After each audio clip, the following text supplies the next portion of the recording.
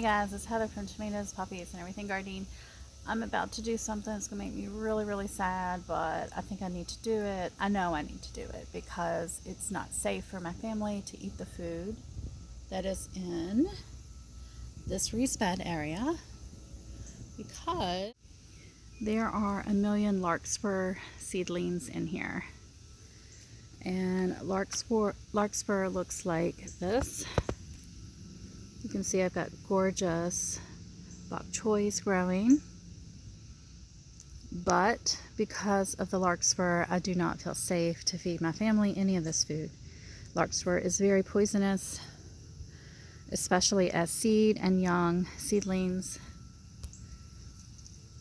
So I'm going to pull everything out of this bed, and we're going to try to come up with a way to kind of mitigate this situation so that I can grow in this bed again come spring. So I think what we're going to do is get all of this out.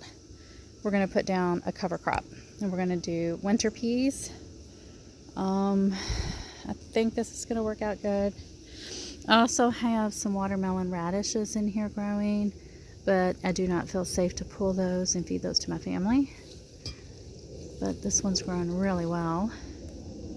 And I have a hodgepodge of a few things in here. I think if I still have any cauliflower growing in here, I will try to relocate those. I think this is a cauliflower. I've been Googling. I've been trying to find a way to save that that food there, that produce. But bottom line is, this is a toxic plant, and it is my fault. I knew when those plants were sprouting what it was. I had a really bad spring harvest of radishes and onion out of that bed because I had contracted, or I don't know how they got there, these little radish maggot thingies. I'll put a picture right here. So as I went into summer, I put my tomato starts there. I had 4 big slicer plants that I put in, and I saw these little larkspur seedlings, and I thought, well, maybe that's a hornworm deterrent. It's a beautiful flower. I didn't plant it there. It just self-seeded because I do have a large patch of larkspur down by the road by my mailbox. Somehow the seeds got up here, probably about, 30 feet, 40, maybe not that much. I don't know. But I let them go just to see what would happen. And that was my mistake right there. But now, as I've had time to kind of think about it the last couple weeks, I'm starting to think, what if this is a blessing in disguise because of those carrot maggots or whatever they were, that little larvae. I'll put the picture up again because they're so freaky looking. What if this larkspur somehow kills them in the soil? I don't know. So maybe it was there for a reason, and I just don't know the reason. And maybe it will take care of that problem. So what we're going to do today, we are going to remove every trace of larkspur. I will try to salvage the cauliflowers if there are any. I think there's at least 2 or 3. And I will relocate them. And I do have some snow peas growing up the 2 green poles in there. Actually, I think they're snow peas. I don't know if I said sweet pea or snow pea. They're snow peas. And I think they will be fine. I was just concerned about the food that's in direct contact with the soil around the larkspur, like the bok choy and the radishes. So all the radishes are getting pulled, the bok choy is getting pulled. We're going to go down maybe 2-3 inches, take up that soil, and then I'm going to put down a thin layer of like brown paper bag material, wet it really good, put about 3 inches of soil on top of that. I'm going to plant the winter peas. So let's flip this camera, get started. Let me show you the peas. I gotta go in the house. I'll be right back. I got my winter peas. I usually do not do a cover crop because I have such a small growing space, and for me to take a whole season to cover it has really not been something I have wanted to do. But I think it'll actually be a good thing for this bed because I do usually grow heavy feeders in this bed. So I think a whole season of some legumes, which are the winter peas, will be a great benefit. So we're gonna get started. Give you a little peek. It's not garden tour day, but you can see my cabbages are doing really well, and I still have the peppers that are still trying to put some, there's one right there in the middle. However, this is going to be another video coming up real soon because this is a big disappointment too. We'll talk about that later. So let's get some gloves, because remember, this plant is toxic to touch. It's a skin irritant, but if you eat it, it can be actually deadly. So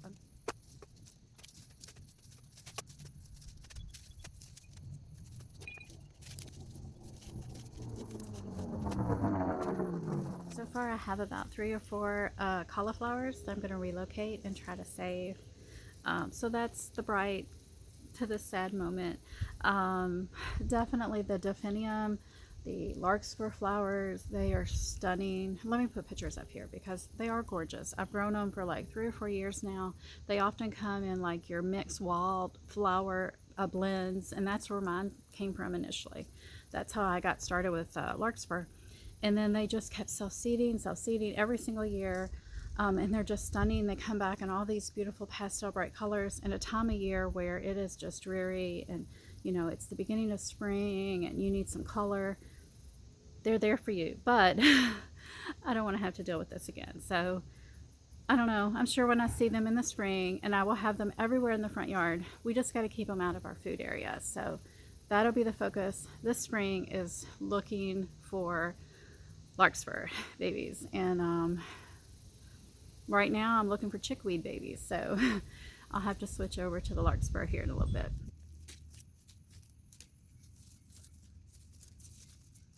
So I promise you guys, this is not the end of the larkspur. Come spring, we will see a new flush of all these little babies trying to pop up everywhere. So I'm going to have to be on guard, super closely watching, and pull any in this area, because I do not want to go through this again where I've got these larkspur growing in my raised bed areas or anywhere near food. I just don't want to have to do this again.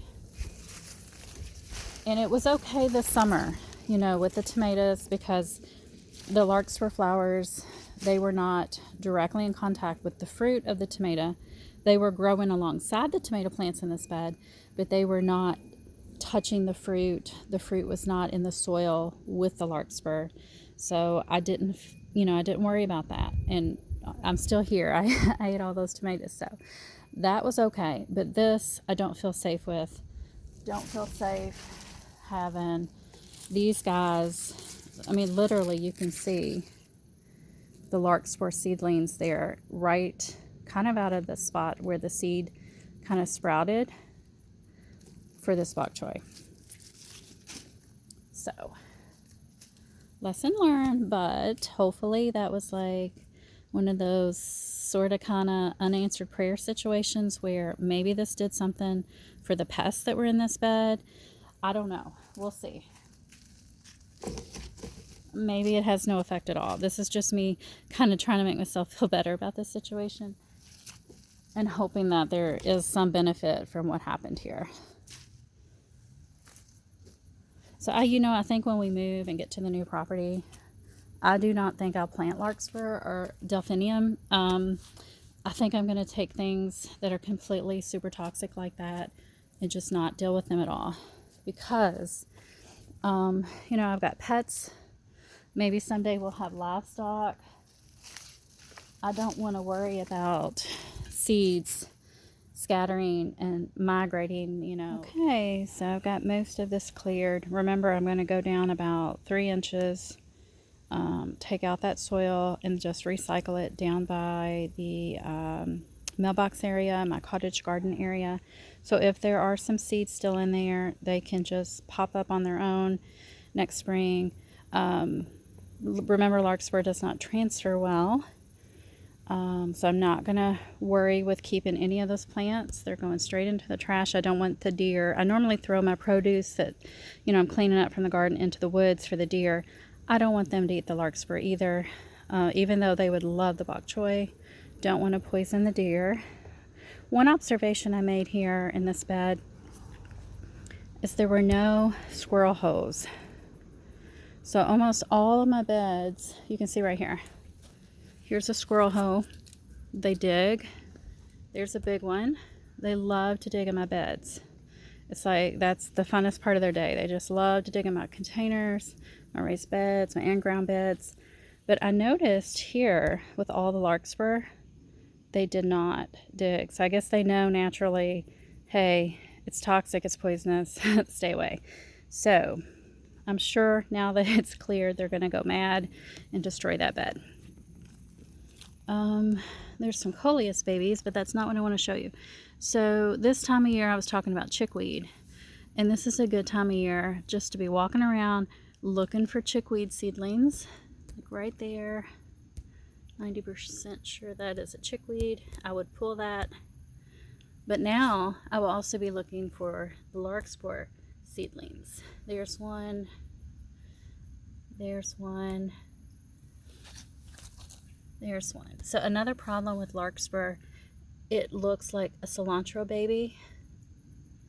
And I do grow cilantro in these beds.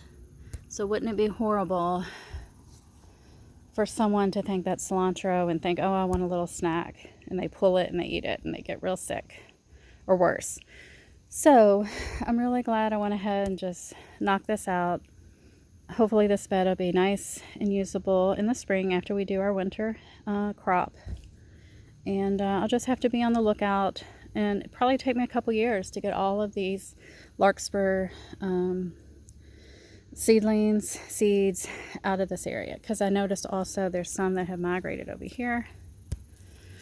So I'm going to thoroughly get to that bed. I mean, I don't see many, but just a couple.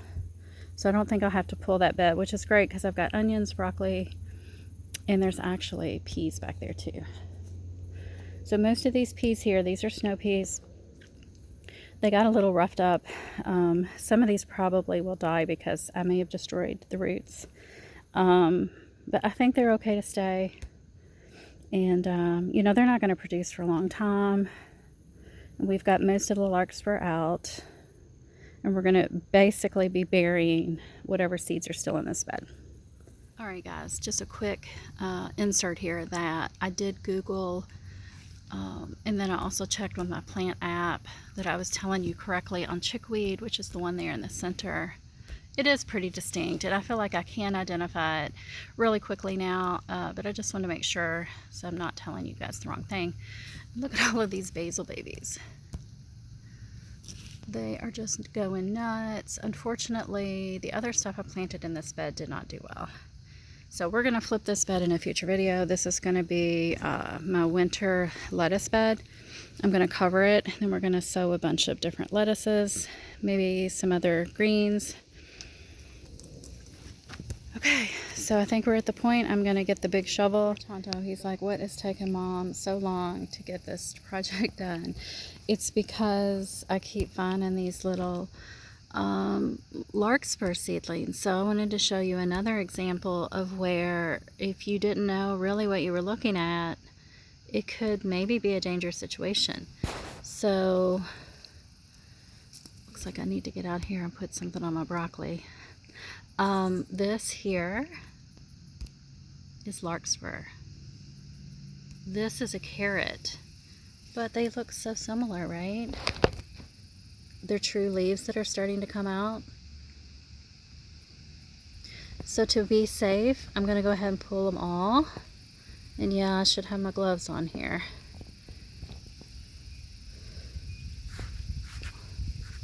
I pulled this onion too because he had a couple growing out of his bulb area, which is just crazy.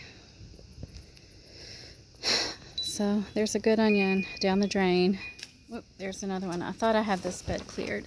So unfortunately, well, supposedly larkspur needs light to germinate, but I do not believe that because, I'm sorry, I said that backwards. They actually require darkness to germinate.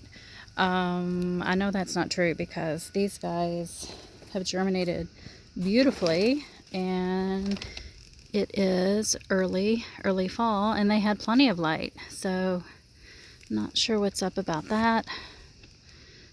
But that's going to make things harder for us because they do require um, darkness to germinate. Supposedly, like I said, I don't believe that. I'm 99% sure most of these down here at this far end are carrots. I'm going to carefully go through there later and double check.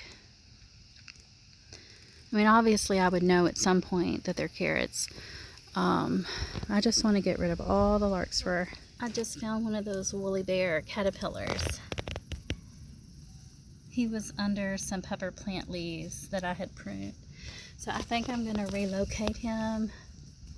He's so cute. He looks cold now that I picked all these leaves up. So let's go get him relocated. Wives' tale is that the more brown, the milder your winter will be. This guy has a lot of brown, and the more black, the harsher your winter. So I hope that's true, but probably about 2 months ago I found one that was mostly black, so who knows? Right, Tonto? Okay, so we dug up about 3 or 4 inches of soil from this bed after we weeded all of the bok choy, the radishes, and the larkspur, which was the important part. And then I wetted just some thin paper bag material, and then I built back up with about 3-4 inches of potting mix, which was what I had. I got a great deal on potting mix a few weeks ago, so that's what I have, so that's what I used. I did go ahead and put a few more of the snow peas around each pole, and then I planted the winter peas for the cover crop, and I did drop the bag of seeds. So I did plant the proper depth for all of the ones that I wanted planted, and then I just sprinkled the ones that had gotten wet and I wasn't able to put back in the container all in through here. I'll probably come through and sprinkle some more potting soil, but everything's nice and wet. Spring, we will be able to take out that cover crop, and we will have a nice bed ready for our tomatoes. And yeah, so at least we probably will still get some snow peas from this bed. And then the winter peas, I've read that you can eat the tendrils in salads, things like that. Maybe some of the new growth, the little fresh leaves. I know if the deer got in here, they would be very happy, because that is often used in deer plots, this variety of pea. Okay guys, we're going to end the video. I've done a lot of little side projects while I've been out here working. Like, I put these million bells into the ground, hoping that they might overwinter in the ground there. Probably not, but it was worth an experiment there. I need to go get some more rocks though to kind of fill in that border. I transplanted the cabbages. I think there was 3 or 4, and you can see they look really limp. They may not make it. This bed's already kind of packed, so if they don't make it, that's perfectly fine. But this is the amazing cauliflower, which I had great luck with this spring. Alright guys, that's going to do it. Thanks for joining me today. It's been a long project for me. This video is probably only going to be 10-12 minutes, but for me, I've been in and out today working on this project. So I'm glad I got it done. Learn from my mistake, and yeah. So that's it guys. Talk to you soon. Bye.